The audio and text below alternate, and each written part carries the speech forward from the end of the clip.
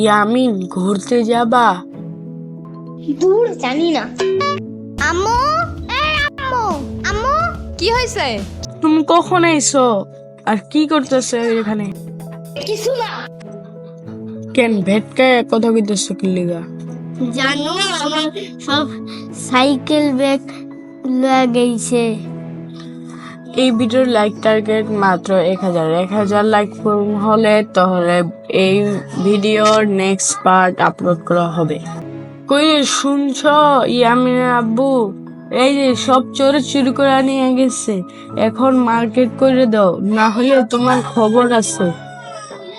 আর শ্রাবণীরও বলে ব্যাগ হারায় গেছে, ওর টাকা লাগবে 3000, ওর টাকা দিবা।